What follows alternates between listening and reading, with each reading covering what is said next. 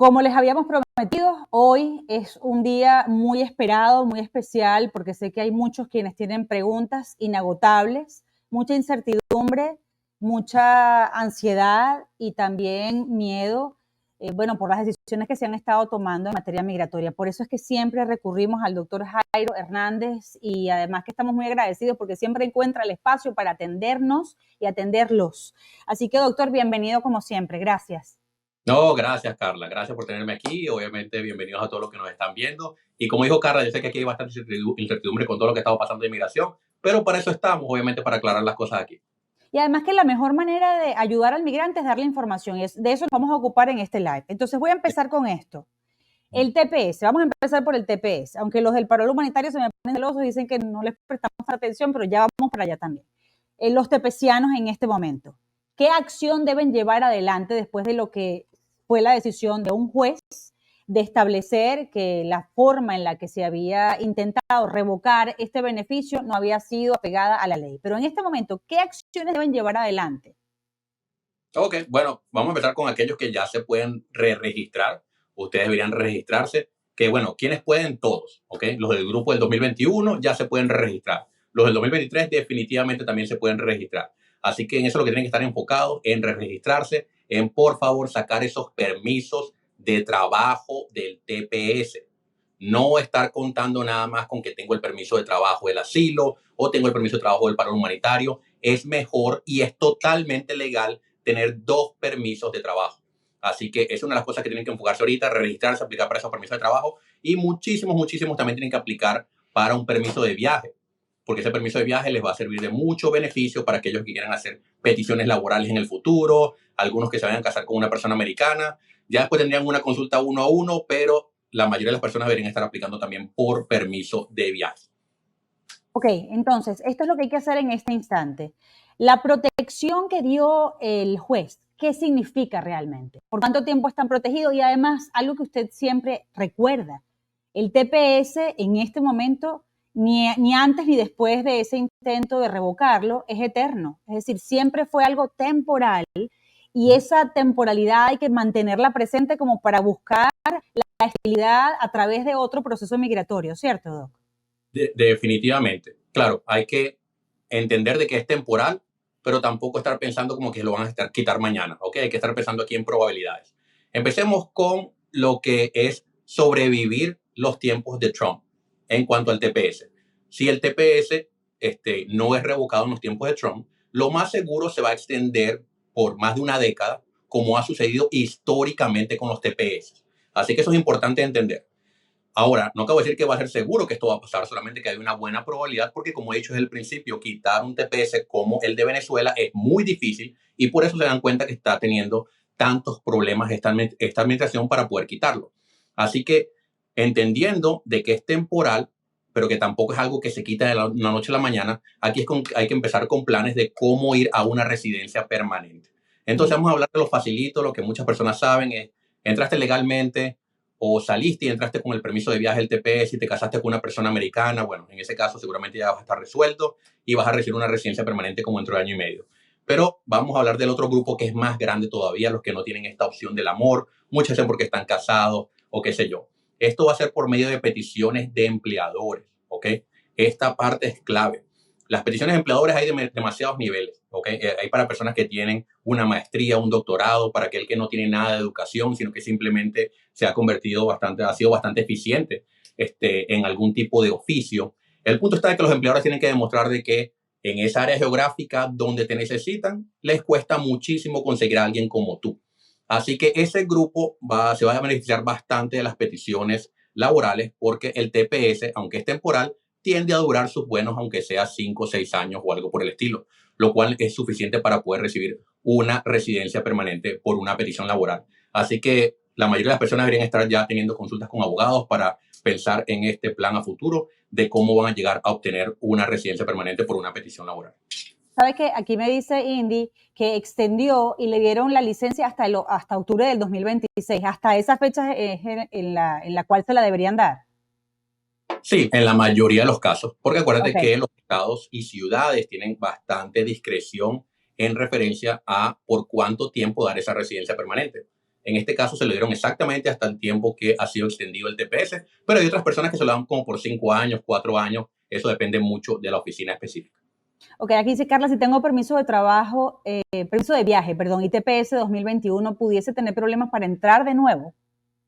Ok, ahí en la gran mayoría de los casos no hay ningún problema. Ok, y eso es hablando de hoy. Hoy, como están las cosas, teniendo permiso de viaje, no ha habido ningún tipo de problema significante con estas personas.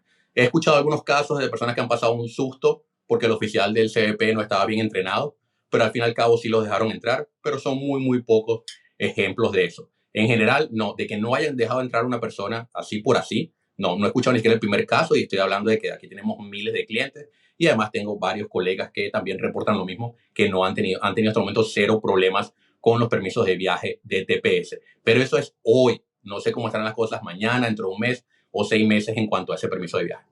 Abogado, desde que el juez de California bloqueó la orden de Trump, TPS conoce que hayan aprobado algún TPS, porque yo lo metí desde enero y aún nada. No, sí, sí, ya están aprobando TPS. Medio Okay. lento porque eso acaba de pasar ahorita.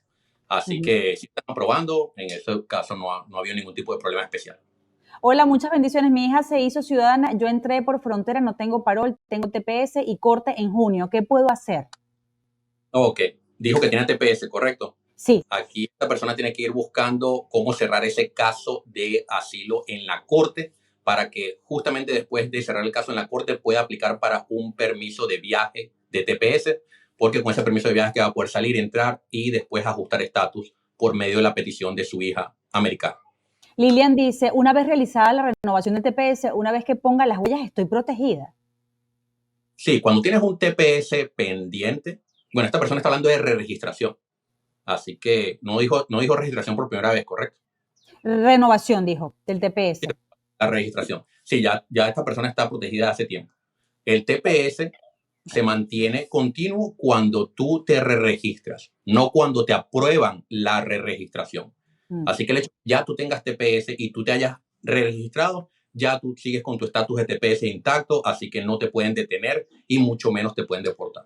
Sabe que hay muchas personas agradecidas porque en el momento en el que se tomó la decisión por parte del juez, usted me advirtió que había que utilizar el registro federal para poder ir con el empleador y decirle, mira, ya lo extendieron, o no lo extendieron, pero vale la extensión de Mallorcas, es decir, que el intento de revocarlo queda sin efecto por el juez, tú me tienes que seguir manteniendo mi puesto de trabajo. Y muchas personas me las encontré en el estadio el fin de semana y me agradecieron que justamente por esa acotación, ese llamado a la acción que usted hizo, a través de esta servidora, ellos pudieron conservar sus empleos, sus puestos de trabajo. Así que muchas gracias por eso, Doc.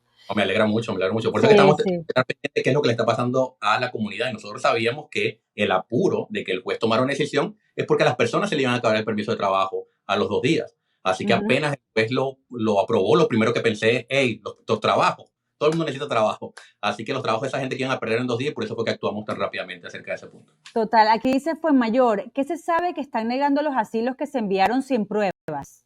Eso se comentó en algún momento. Muy buena pregunta. Esto es algo que es un anuncio que acaba de hacer lo que es la Corte de Inmigración, lo que es la Administración de General, para ponerlo en palabras sencillas, de que le está recordando a los jueces de que tienen la autoridad de poder negar un asilo sin tener que tener una audiencia. Y eso se vuelve complicado. Como decir, la instrucción habla de casos en los cuales no haya ningún tipo de debate acerca de los hechos y que leyendo los hechos, sin debate en esos hechos, como que todas las partes admitan esos hechos, de que ya con eso el asilo no tiene base. ¿Okay? Vamos a decir una persona que diga, no sé, yo tengo miedo de volver a mi país porque he leído en las noticias que le están haciendo daño a la gente, así que tal vez me hagan daño a mí, por ejemplo. Siempre y cuando nadie esté debatiendo estos hechos, te das cuenta que así le crean el 100% de lo que esta persona dijo. Eso es suficiente para negar el asilo porque es un asilo demasiado, extremadamente débil. Entonces, lo que este recordatorio a la Corte está diciendo es diciéndole a los jueces que en situaciones como esas empiecen a tomar acción en negar esos casos sin darles una audiencia a los inmigrantes. Sin embargo, esto seguramente obviamente va a recibir resistencia y puede ser que haya algún tipo de demanda en cuanto a esto, pero también lo que seguramente va a pasar es que los jueces van a estar dando una oportunidad para que uno por lo menos pueda introducir evidencia, así no sea durante una audiencia, sino que uno pueda incluir más evidencia en caso de ser necesario. Pero en cuanto a la acción que la gente tiene que estar tomando, tienen que estar viendo esas aplicaciones de asilo para ver qué tan fuertes están. Las que son muy, muy débiles, tal vez sea hora de estarles incluyendo más evidencia, lo cual yo siempre he dicho que no hacerlo hasta que sea necesario, y parece ser que ahora sí se está volviendo necesario, así que tal vez haya que estar incluyendo más evidencia en esos casos que son muy débiles. Una vez introducido el asilo, tú puedes en el proceso, aunque ya se haya presentado ante inmigración, incorporar elementos como para fortalecerlo, Doc. Absolutamente. Ya, Ok. elementos que hayan sucedido antes de que tú metieras la aplicación, o sucesos nuevos que hayan ocurrido después de que hayas introducido la aplicación. Así que si en todo momento se puede estar metiendo evidencia, es cuando faltan como unos 30 días antes del juicio final, donde ya se cierra la puerta y dicen no más evidencia, que la mayoría de las veces sí te aceptan un poquito más evidencia si es necesario, pero el punto está de que es faltando 30 días antes del juicio final, donde sí ya es serio y que ya tienes que ir cerrando todas las evidencias e introducirlas. Perfecto. Aquí dice, buenas tardes, mi hijo está casado con una chica americana. Hace aproximadamente 8 años solicitó asilo. ¿Qué tiempo tarda en que le otorguen la residencia? Ok, como año y medio normalmente, si es que este hijo entró con una visa o entró con parol, que eso es lo que lo haría elegible a lo que es un ajuste de estatus. Así que si lo hizo de esa manera, seguramente como año y medio en que le den su residencia permanente. Le preguntan sobre el TPS que si hizo la renovación en enero, solo tiene que esperar y ya. Sí, exactamente. Tienen que nada más esperar a esa re-registración, no tienen que estar introduciendo una nueva. Vuelvo al TPS. Aquí dice, su sobrino fue a corte con ICE. Él tiene TPS 2 años que entró a Estados Unidos. ICE lo envió a corte. Él entró por frontera cuando daban el parol y no tiene para pagar un abogado. Ok, una parte que te entrecortaste, dijo que ICE lo detuvo, ¿correcto? Sí, lo leo como lo escriben, ¿no? Hago mi mayor Exactamente. esfuerzo. Dice, su sobrino fue a corte con ICE. Él tiene TPS 2 años que entró a Estados Unidos. ICE lo envió a corte. Él entró por frontera cuando daban el parol. Ok, estaba seguramente hablando del CBP-1, entró por la frontera, le dieron parol en la frontera, lo pusieron en corte y él tiene TPS. Así Sí, que no parece haber una pregunta, pero suena como que esta persona deba cerrar ese caso en la corte, ahora que ya tiene un TPS aprobado y que tiene un correcto. TPS que fue recientemente extendido. Miren, para una cita, porque yo sé que hay personas quienes ahora pueden despejar muchas dudas y además los casos de unos les sirven de ejemplo a otros, pero si ya después se quieren ver cara a cara con el abogado, allí arriba está siempre el teléfono, ¿ok? 608-424-5788, 608-424-5788, para que después de manera más reposada ustedes puedan hablar y cada caso, esto no es consejo legal, como siempre dice el doctor, sino como una especie de asesoría, una primera guía para que ustedes puedan después tomar decisiones ya más en reposo con un profesional frente a ustedes. Ese es el número del doctor Jairo. ¿Cuándo y cómo es el registro por estadía mayor de 30 días a que va Ok, con visa de turista? ok. El que entró con visa de turista no tiene que registrarse. Ok. Ok, no tiene que registrarse en este nuevo requerimiento. Entonces Pero voy a es empezar de nuevo, Doc, porque hay una solicitud o un llamado a la acción por parte de la administración de Donald Trump a que los inmigrantes se registren. Entonces, ¿quiénes son los que tienen que registrarse en eso que ellos han pedido? Vamos a empezar con el grupo más grande. El grupo más grande, los que sí tienen que supuestamente registrarse, porque, ojo, deberían tener una consulta con un abogado antes de hacerlo, es aquellas personas que entraron por la frontera y no fueron detectados. O sea, entraron de manera clandestina, nadie los vio, nunca se entregaron y están aquí dentro de los Estados Unidos y llevan más de 30 días. Estas personas son las que supuestamente tienen que registrarse bajo esta orden. También aquellos que sí entraron con una visa o entraron y tenían una petición, pero tenían menos de 14 años y ahora acaban de cumplir los 14 años. ¿Ok? Aquí hay unas cuantas excepciones, así que habría que tener una consulta, pero si ya esa persona que cumplió 14 años ya tuvo una toma de huellas, entonces ya no haría falta, pero si no le han hecho alguna toma de huellas, entonces ahora sí haría falta registrar a esa persona que acaba de cumplir los 14 años. O sea, el menor al cumplir los 14 años debe registrarse. Así que son los dos grupos más grandes, los otros son excepciones muy, muy pequeñas que en la gran mayoría de los casos no va a aplicar. Así que estos son los grupos de las personas que tienen que registrarse. Todos aquellos que tienen una aplicación ya aquí interna, que le tomaron las huellas, personas que entraron con visa, esas personas no tienen que estarse registrando. Los del paro humanitario no tienen que registrarse. El CBP-1 tampoco tienen que registrarse. Así que la gran mayoría de las personas esta ley no aplica para ellos. Perfecto, Doc, súper claro. Tengo una duda, dice Fabi, yo inicié el cambio de corte porque me mudé a otro estado. Aún no he enviado la correspondencia a la corte, solo lo hice online. ¿Dónde debo enviar mi asilo? ¿A la corte anterior? A la corte que tenga el caso tuyo en este momento. ¿Qué quiere decir con esto? Si le enviaste una petición a la Corte de Chicago hoy y aún la Corte de Chicago no ha respondido, entonces tu caso todavía está en la Corte de Chicago, por ende, debes enviarlo a la Corte de Chicago. Si ya lo enviaste y ya finalmente Chicago dio el ok para que tu corte sea cambiada a la de Houston, entonces si el día de hoy está en Houston, ahí en Houston es donde tienes que enviar tu aplicación de asilo. Ok, aquí dice Adriana Cecilia, cuando ustedes hablan de re-registrarse, ¿qué quieren decir con eso? ¿A qué se refieren? Eso es la diferencia entre registrarte por primera vez para el TPS y las veces después que te tienes que re-registrar. Por ejemplo, si soy del grupo del 2023, tan pronto aprobaron el TPS, yo me registré por primera vez, pero ya de ahora en adelante, cada vez que el TPS sea extendido por 18 meses más, debes re-registrarte. Así que eso es lo que hace marcar la diferencia entre alguien que está aplicando por TPS por primera vez comparado con alguien que ya tiene TPS y ahora se está re-registrando. Ok, dice Moreno, si tengo asilo pendiente, tengo TPS, ¿puede alguna empresa servirme de sponsor para la residencia?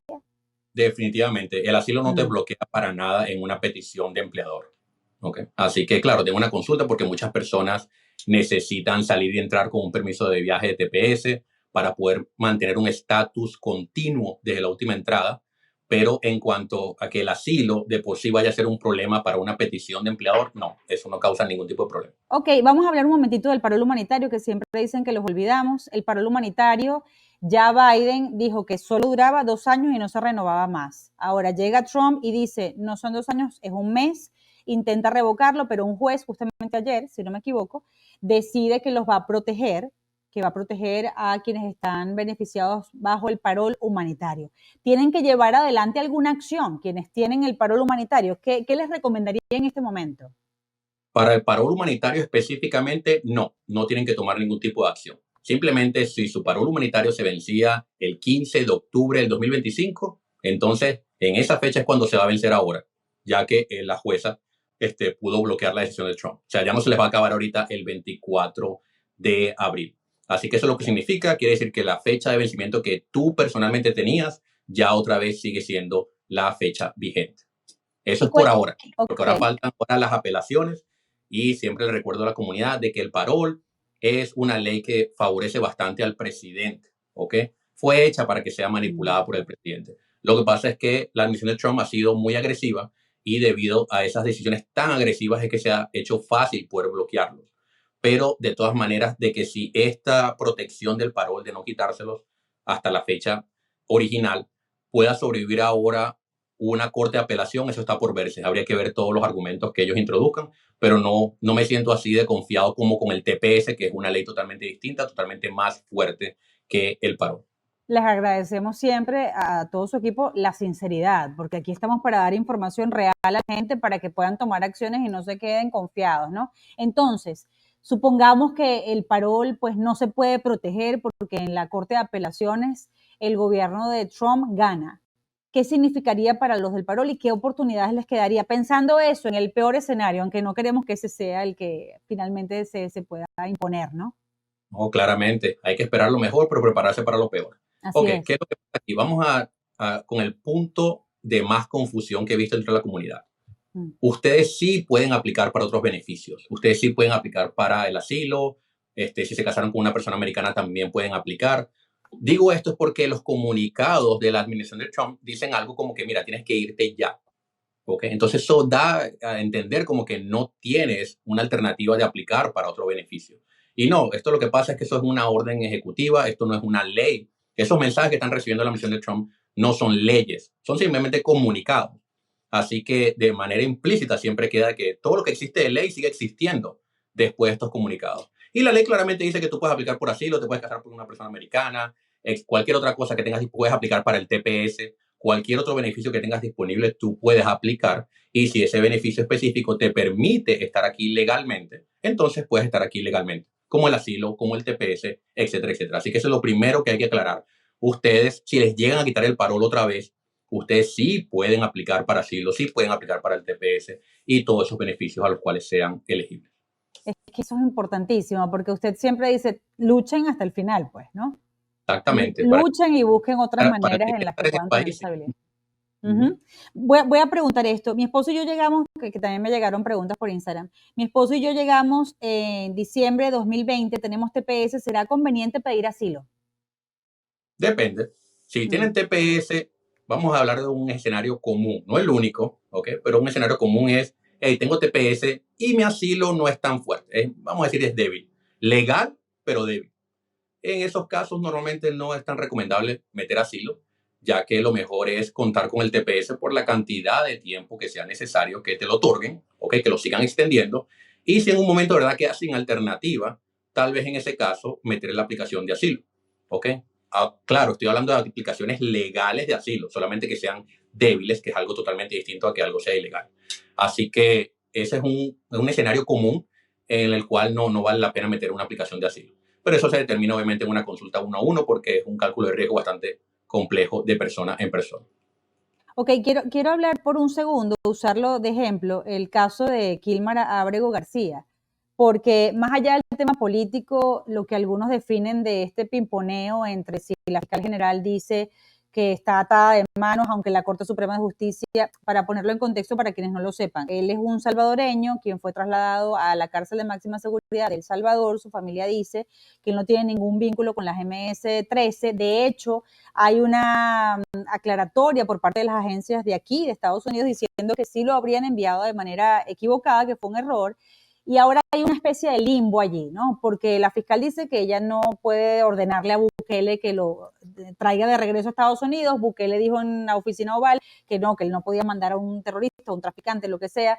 Y esto se quedó allí en una especie de incertidumbre absoluta y se sigue peleando. De hecho, hay abogados quienes están viajando a El Salvador para intentar otros métodos. Pero esto como precedente, y después de lo que dijo la Corte Suprema, que se supone que la ley de enemigos extranjeros eh, se podía aplicar, le da la razón al gobierno de Donald Trump, pero que había que proteger el Estado de Derecho o el derecho a la defensa de esos migrantes, y sin embargo la Casa Blanca, la jefa de prensa dijo, no, ya va, no dijo exactamente eso. Y Marco Rubio, perdona que le involucre tantos elementos, también dijo que bueno, que sí, que te puedes defender, pero en el estado en el que fuiste detenido.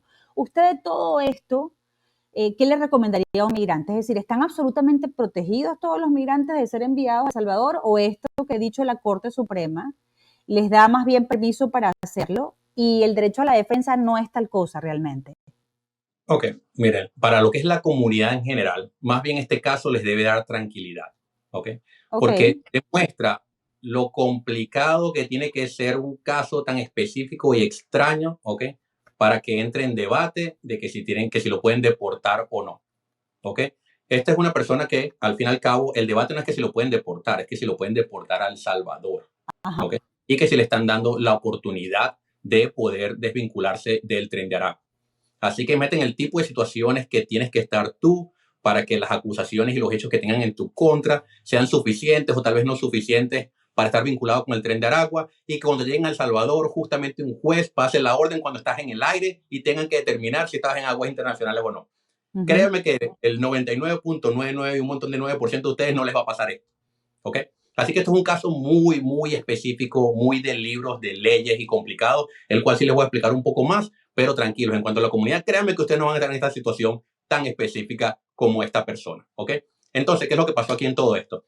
Vamos a empezar con la Corte Suprema. Lo de la Corte Suprema fue una victoria. ¿Por qué es una victoria? La Ujú. Corte Suprema dijo claramente lo que nosotros hemos estado buscando que digan, que es de que estas personas, estos inmigrantes, tienen el derecho a poder defenderse en demostrar que no están vinculados al Tren de Aragua. Nadie está argumentando que alguien que sí esté vinculado al Tren de Aragua no lo envíen a El Salvador. ¿Ok? No he escuchado a los defensores del Tren de Aragua. Así que lo que se quería es de que a las personas se les diera la oportunidad del proceso debido. Y esto sea tanto en una corte federal o en una corte estatal de Texas o donde sea. Lo importante es que un juez escuche tu caso, escuche la evidencia, te permita contratar un abogado para demostrar si estás o no vinculado con el Tren de Aragua. Eso era todo lo que la comunidad quería. Así que eso lo dio la Corte Suprema y eso sí está claro. Ahora, Ok, devolver a la persona es lo que se vuelve más complicado. Dime, Carlos. perdone que es que se me acaba de ocurrir esta pregunta como para precisarlo todavía más. Mi planteamiento realmente es, o un migrante debe estarse preguntando en este instante, todavía con esa decisión de la Corte Suprema, a cualquiera lo pueden enviar al SECOT, lo pueden enviar a una cárcel de máxima seguridad, o esto quedó sin efecto a través de ese añadido de la Corte Suprema que le da permiso a Donald Trump de aplicar la ley de enemigos extranjeros, pero con el debido proceso. Es decir, un migrante está protegido en este momento de ser enviado a El Salvador. Alguien que lo consigan culpable de estar ligado con el Tren de Aragua, no está protegido de que no lo manden al Salvador. Sí lo pueden enviar al Salvador.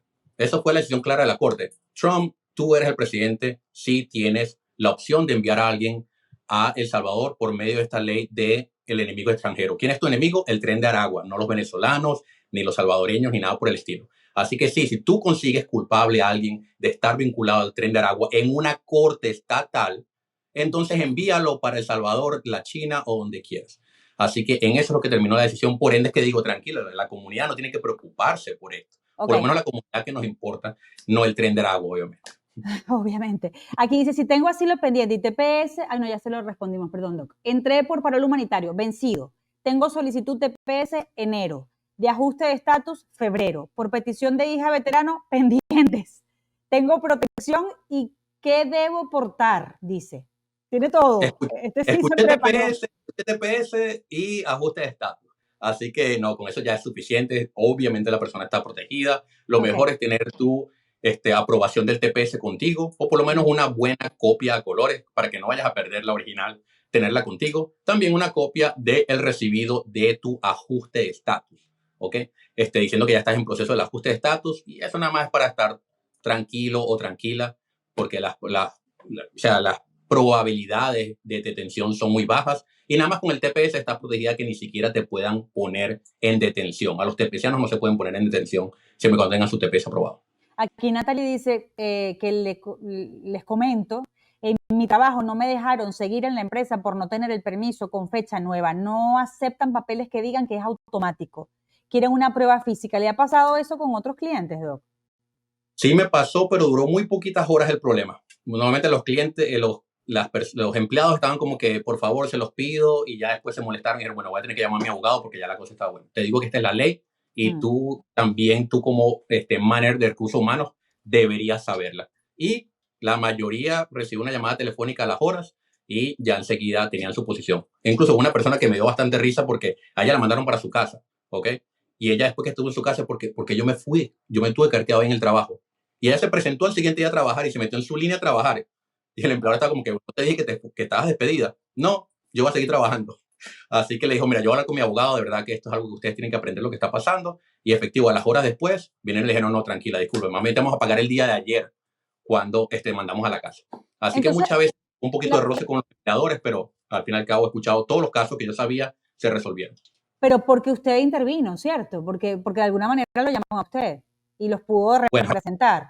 muchas veces ni siquiera interviene, sino que nada más ellos dijeron, yo estoy representado por el abogado Hernández y el bufete, así que yo voy a hablar con ellos para qué vamos a hacer. Entonces, el manager de recursos humanos dijo, déjame yo hablo con mis abogados también. Y los abogados le dijeron, Okay. sí, el empleado tiene la razón, déjalo quieto trabajar, que está todo bien. Es que Así que muchas veces pasó eso. Es que es Así muy que, importante que la gente conozca sus derechos para que entonces pueda hablar con propiedad, ¿no? Yo les recuerdo el número del doctor, es el 608-424-5788 y está arriba todo el tiempo para que ustedes lo tengan a mano. Después tienen una consulta más reposada, más extendida. Entré en 2021, esta es Laura, y mi permiso de trabajo se vence en el 2026. El documento que me mandó Migración dice hasta octubre de 2026 tengo que reaplicar. no sé cuál es el mensaje que le envió el Departamento de Seguridad Nacional. Dijo que le envió un mensaje, pero no sé si era que le estaban tratando de quitar el parol humanitario o algo por el estilo. Así No, que yo creo que está hablando del parol humanitario, que tenía su permiso de trabajo hasta el 2026, y ajá. ahora le envió una notificación diciendo que le estaban quitando el parol humanitario. Si es así, entonces hasta el día de hoy, como están las cosas en corte, tu permiso de trabajo sigue siendo válido hasta el 2026. Pero qué va a pasar en una corte de apelación no sabemos, porque tanto tiempo se puede mantener esa protección para el paro humanitario. Aquí dice Irene que está entrando ahora al live que si va a quedar grabado. Claro que va a quedar grabado y lo vas a poder ver de nuevo desde el principio. Saludos, tengo parol humanitario que metí asilo diciembre de 2024 en enero 23. Coloqué huellas para saber el avance del reloj de los 150 días. Gracias. ¿Usted entendió? Bueno, así entendí, pero no hizo ninguna pregunta. Así Por que eso sí, no, bueno, espero que cualquier este cosa. reloj llegue a los 180 días, que es lo que necesitas para poder tener tu permiso de trabajo. Aquí dice Luca, casado con ciudadana, tengo TPS, estoy en espera de permiso de viaje, pero mi pasaporte no lo regresa a inmigración, no tengo corte pendiente, debo salir para ajustar, ¿cómo hago? Suena como que sí. O sea, no dijo si entró con parol o entró con visa. Así que probablemente por eso es que está aplicando para el permiso de viaje, para poder salir y Tengo entrar. Y entonces, TPS, dijo. sí, pero puede ser que tenga TPS y haya entrado por la frontera sin parol, Claro, por ejemplo. claro. Así Amado, que pongan todos los datos para que el doctor tenga más posibilidades de responder con más precisión. sí, el punto está de que si entraste sin parol y sin visa, entonces sí, lo más seguro te va a tocar salir y entrar con el permiso de viaje del TPS. Esta persona está diciendo que ICE no le está devolviendo el pasaporte. Si ICE no está devolviendo el pasaporte es porque tú aún tienes un caso en la corte. Él dijo, no tengo una audiencia en la corte. No dijo si es que estaba en la corte o no, que son dos cosas distintas. Entonces, si él todavía tiene su caso en la corte, entonces ICE sí todavía tiene el derecho de mantener ese pasaporte. Si el caso de él es cerrado porque el juez lo termina o el fiscal lo desestima, entonces ICE está obligado en devolverle el pasaporte, porque ya ICE no tiene nada que ver con este inmigrante porque ya él no está en corte. Así que tengo una consulta para ver lo que está pasando con tu pasaporte. Probablemente es porque tu caso todavía está abierto en la corte que ICE no te lo regresa. Hubo un momento de terror varios, pero uno en particular en el que incluso algunos empezaron a decir no van a aprobar más residencias, no van a aprobar más asilos, no van a aprobar más TPS, todo se paralizó, nadie va a tener la posibilidad de regular su estatus. Eso terminó siendo falso. Es decir, el proceso en inmigración sigue adelante al mismo tiempo en paralelo a todas estas informaciones que hablan y anuncian procesos que se terminan, Doc. Absolutamente, eso es rotundamente falso. La gente tiene que entender lo siguiente, yo sé que se vuelve complicado de no solamente cuál es la ley, sino de dónde viene la ley. Sí, imagínense que tienes la ley que viene del Congreso, ¿ok? Que esa es la que prácticamente intocable, y tienes las regulaciones que pasa la administración de Trump, que es la parte ejecutiva. La parte ejecutiva no puede cambiar las leyes del Congreso. Por ejemplo, el asilo viene del Congreso. Dice que tienes para aplicar por asilo, que tienes un año para hacerlo, etcétera, etcétera. Eso viene del Congreso. Ahí no hay manera por ningún tipo de mensaje o comunicado que el presidente pueda cambiar eso. Es imposible, no se puede. Así que lo que pasa muchas veces es que manda una orden nueva que pareciera que te estuviera impidiendo seguir las leyes del Congreso, pero no. Si te pones a verlo de manera fija, no. Por ejemplo, lo de la residencia permanente. Lo que la administración de Trump está diciendo es, yo voy a desacelerar la aprobación de residencias permanentes para aquellos que ganaron un asilo. No estoy diciendo que no voy a aprobar las residencias permanentes, porque eso viene de Congreso. Lo que estoy diciendo es que lo voy a hacer a mi ritmo para yo poder auditar esos asilos y asegurarme que nadie haya cometido fraude. Si te das cuenta, no es que están negando las residencias permanentes. Él lo que está diciendo es mi trabajo procesarlas, ¿ok? En la manera adecuada para que no haya fraude. Así que no estoy diciendo que no las voy a dar, estoy diciendo que las cosas van a ir lentas. Así que eso es el tipo de comunicaciones que salen en las noticias y la gente se confunde pensando de que, oh, ahora no van a dar residencia, ahora no van a dar esto y lo otro, pero no, no es así.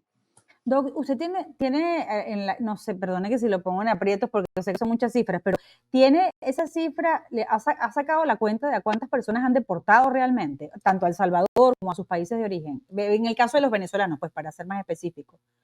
Tienes que ir sacando matemáticas, sé que el promedio está en 750 al día aproximadamente y estamos hablando desde que el presidente tomó el poder. Así que como la cifra cambia cada rato, saca la matemática y por ahí estamos hablando de la cantidad. Ok, se lo digo porque hay quienes estaban haciendo referencia a las 4.500 venezolanos aproximadamente fueron los que deportó Biden, ¿no?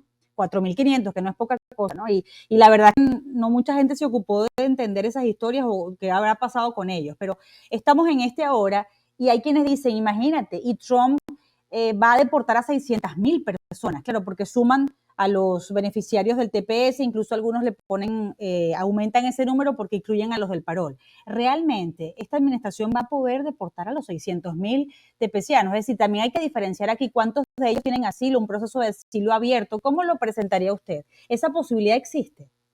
No, esa probabilidad es demasiado remotamente, casi que imposible. O sea, no va a poder sacar esa cantidad de personas porque legalmente no va a poder. Y en la parte de logística, que es la otra traba que tienen comúnmente, es de que no es así cuando tengan una orden de deportación donde no hay debate que esa persona puede ser deportada en cualquier momento. Ni siquiera pueden deportar a esas personas que tienen una orden de deportación porque no las pueden conseguir o por ciertas ineficiencias, al fin y al cabo. Así que, mira, una manera fácil, por ejemplo, poniéndonos más enfocados en la comunidad venezolana, de ver cuántos venezolanos están deportando es, vean las noticias de cuando llegan los aviones a Venezuela. Eso. Porque cada vez que llega uno, salen las noticias, ¿ok?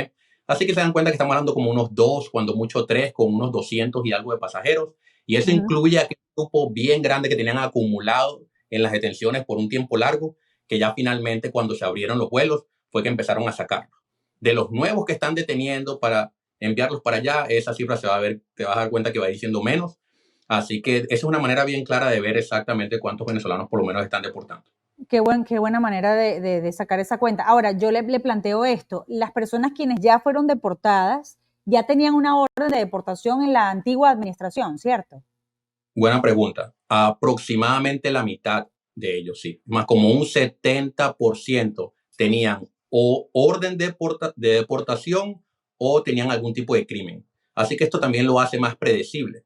Si ya sabes que aproximadamente estos 200 y algo que enviaron, como un 70% tenían orden de deportación o algún tipo de crimen, si tú no tienes ninguno de estas dos características, ya sabes que caerías en ese 30%. ¿Ok? De que tal vez seas el de mala suerte. Y ese de mala suerte también es bastante predecible, porque no sé la cantidad exacta, pero ese 30%, casi que la mitad, es lo que se llaman collaterals, que son personas que estaban en el lugar cuando fueron a buscar a la persona que tenían en la mira. Por ejemplo, cuando fueron a buscar a la persona que tenía un crimen, ahí estaba la esposa o ahí estaba el primo en el sofá, y asimismo cuando fueron a buscar a una persona que tenía orden de deportación. Así que eso también lo hace bastante predecible, porque si tú no tienes esta característica tampoco, quiere decir que no vives con alguien que tenga una orden de deportación o un crimen, ya sabes que caes en una categoría de menor probabilidad aún de que estés en esos grupos de deportados. Así que la cantidad en verdad no es nada alarmante. Es que obviamente todos tenemos nervios y está bien, si es justificado hasta cierto punto, pero entiendan de que hay que mantener la calma porque la cantidad no es nada alarmante. No, y usted siempre lo pone en perspectiva. Hay otra preocupación que ha ido más allá de los tepecianos, parol humanitario, asilo, etcétera. Hay personas quienes dicen, yo tengo mi residencia, yo soy ciudadano, es mejor que salga con mi pasaporte, como para, en caso que alguien me detenga y yo decirles, mira, aquí está mi prueba de que soy ciudadano. ¿Usted recomendaría eso? No, ciudadanos no, En este definitivamente. momento. No. Sobre todo hay una ley bastante fuerte en cuanto a eso. Cuando tú dices yo soy ciudadano, en ciertas expresiones pueden ellos continuar con la preguntadera, pero hasta en la mayoría de las veces tienen que cortarlo ahí. Digo las palabras mágicas, soy ciudadano, y quiere decir, déjame en paz. Los ciudadanos podemos estar en chores, ¿ok? En la grama de un parque, sin ID y sin nada, y podemos tener la libertad de hacerlo. Así que es una ley mucho más profunda que ICE no se anda metiendo con eso. Por eso cuando dicen las palabras mágicas, soy ciudadano. Si dice que ya soy residente y todo, ya ahí sí abre la puerta para que te puedan hacer más preguntas, que puedan pedir evidencia, ¿ok?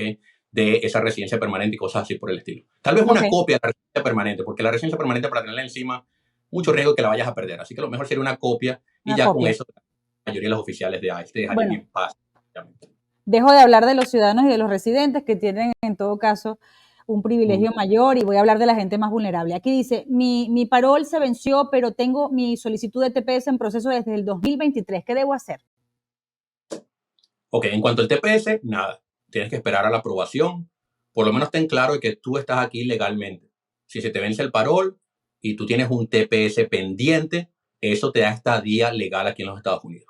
Así que el problema principal es el permiso de trabajo. Ojalá que hayas aplicado para permiso de trabajo tan pronto te registraste por primera vez con el TPS y que te haya llegado, porque muchas veces te llega el permiso de trabajo de TPS antes de que te aprueben el TPS. Ese sería el único problema, pero de resto no, lo que te toca es esperar entonces a que te aprueben el TPS, tener una consulta para ver si tienes un asilo que valga la pena introducir, pero en general con el TPS no tienes que hacer nada, sino simplemente esperar. Ok. Para los estudiantes quienes van a su cita de visa, ¿habrá algún problema? ¿Se podrían enfrentar a algún problema, Doc? Siempre ha habido un riesgo y sí, en esta situación vamos a decir que el riesgo más alto porque están siendo más estrictos. Eso es todo. Así que la respuesta es sí, sí pueden tener problemas, pero nada al nivel de que no estén dando visas para estudiantes o que a todos los estudiantes, nada por el estilo. Solamente que va a haber un porcentaje más alto de negaciones. Ok, aquí dice Nelson, tengo el permiso de trabajo por parol, vence en junio, pero en mi trabajo ya me mandaron a llamar porque la última información de inmigración les envió inmigración es que vence el 24 de abril, que debo mostrarle a mi empleador, el registro, el Federal Register, ¿no?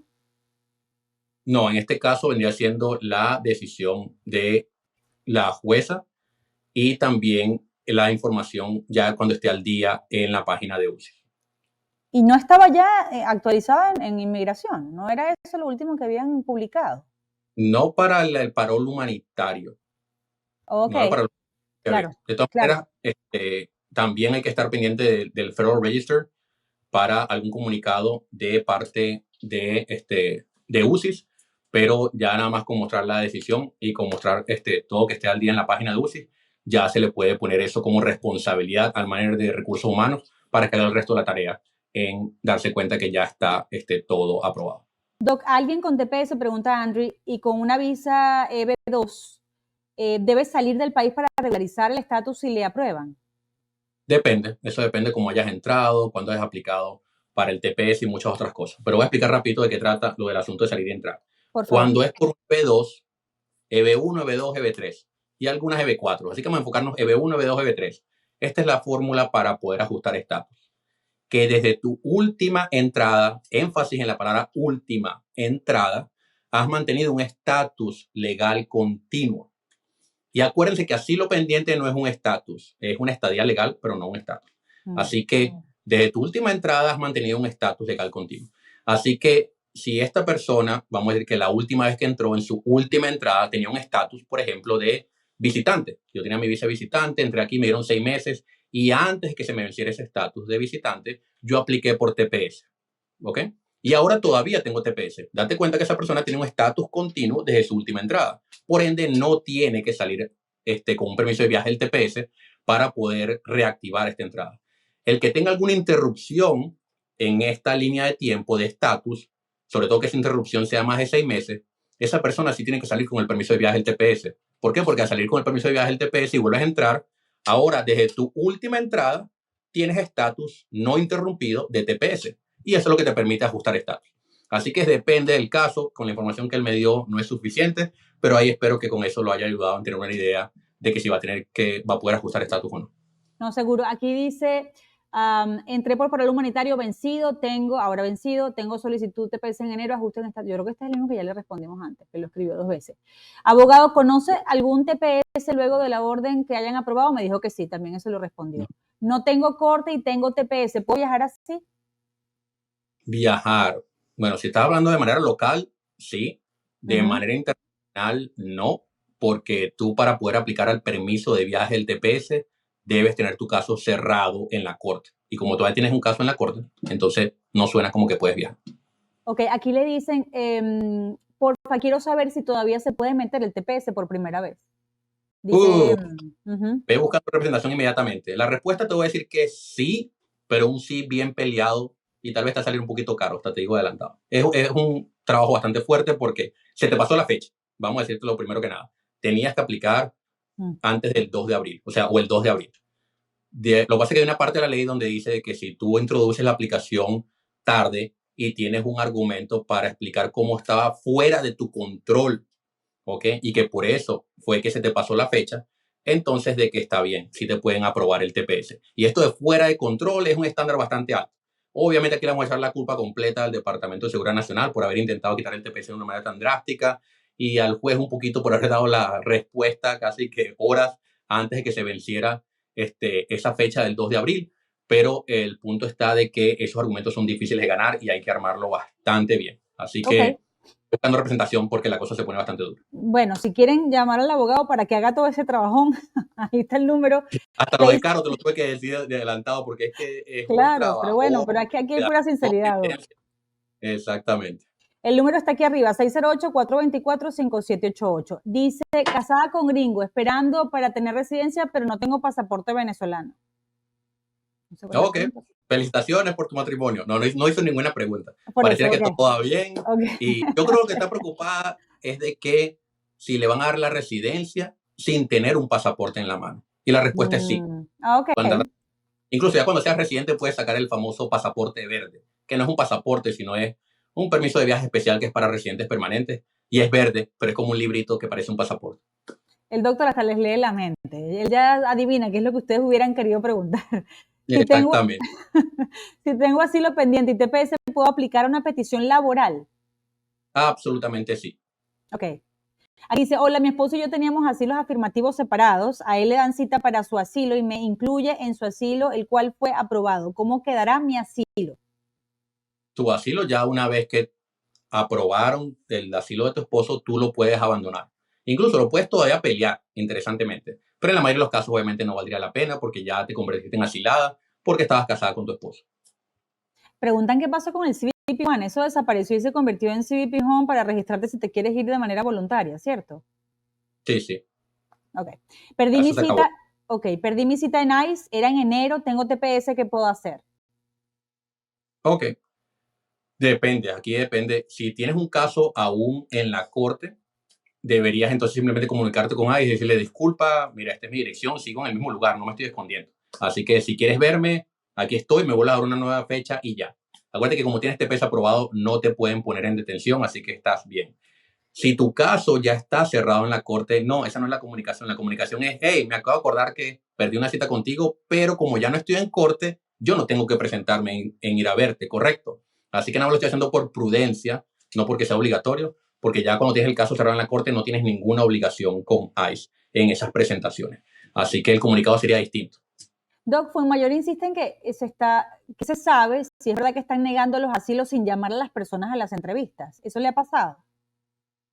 No, eso lo que pasó es un comunicado de la corte, que lo hablamos al principio del programa, que quiere decir que hay que tener un poco más de cuidado ahora con los jueces teniendo este poder, que en verdad sí lo han tenido, y que sí hay algunos casos allá afuera que hay que ponerle más soporte para que no puedan ser negados sin tener una audiencia, o sea, una Ok, audiencia final.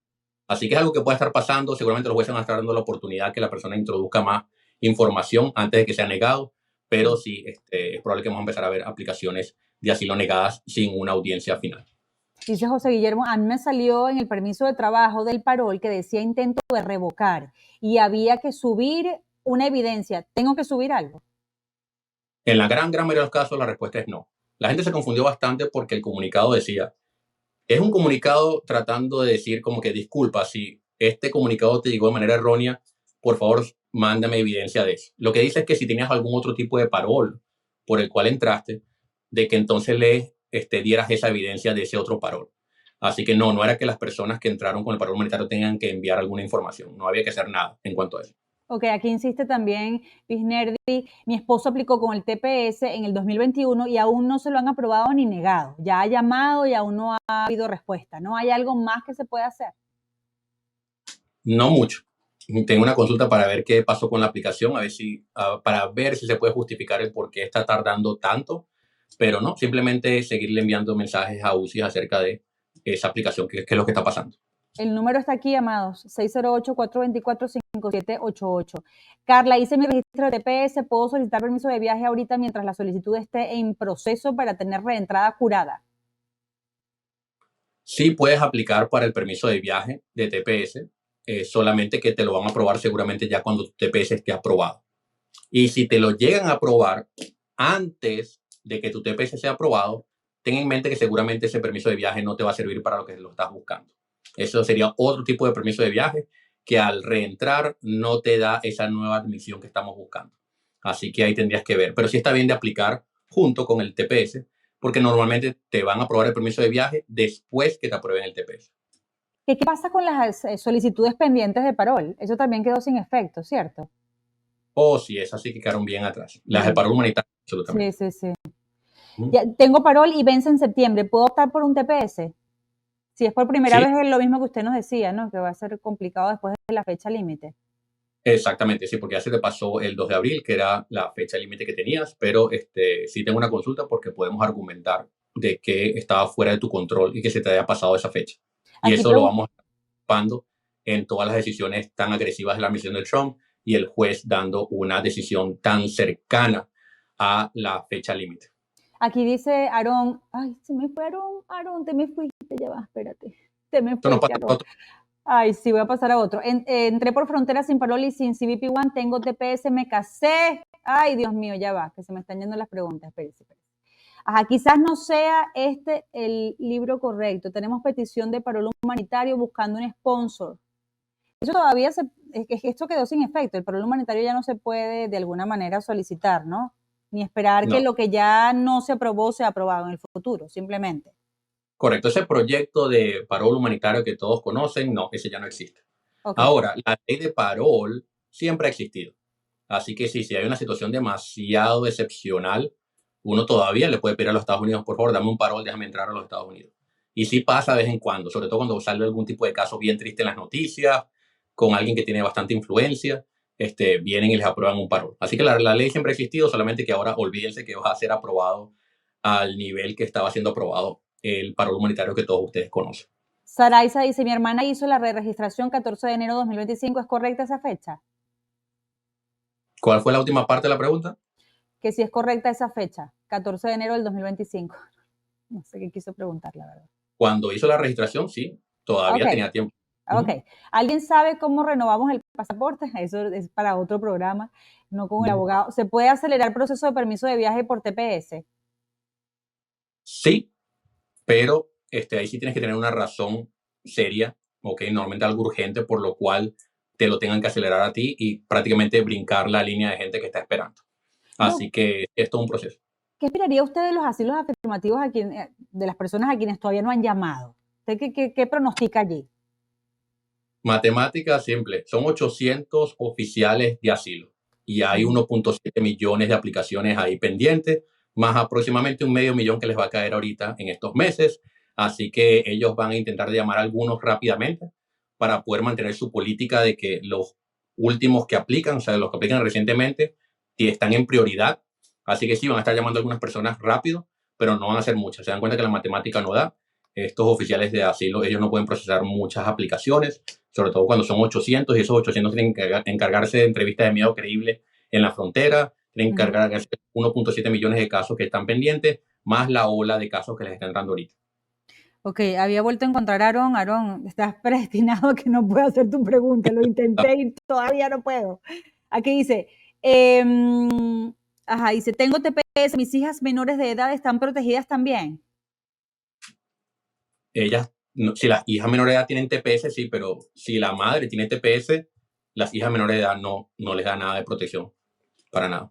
Doc, aquí pregunta Oliver algo que tiene sentido. ¿Todavía es riesgoso salir del país? Porque sabe que algunos residentes tuvieron algún problema para el ingreso, ¿no? De otras nacionalidades, no tenían nada que ver con Venezuela, pero que si sigue siendo un riesgo salir del país como residente, sin delitos y con Global Entry. No es un riesgo razonable para nada. Solamente que estar pendiente. O sea, para la gente que de verdad hizo algo de manera un poco descuidada, no lo hizo con un abogado, no sabe lo que estaba pasando en su caso, tal vez es más riesgoso, porque lo que está pasando es que están siendo más estrictos con las leyes ya existentes, que siempre han existido en la frontera. Por ejemplo, casos de una persona que tenía un crimen serio, que fue hace 15 años o algo por el estilo, y ahora esta persona es residente permanente y está entrando por el aeropuerto. Ellos pueden otra vez reabrir este caso y hacer un análisis de que si este crimen va a descalificar a este migrante de esa residencia permanente. Entonces, en otras administraciones, la persona reporta, pero es que yo tengo ya 15 años entrando y saliendo, y ese crimen fue hace como 20 años, porque hasta el día de hoy es que se van a poner a molestarme. Bueno, porque ahora la administración está siendo más estricta. Así que cuando las cosas están bien, no, la ley es clara, ¿ok? A esas personas no les pueden hacer nada.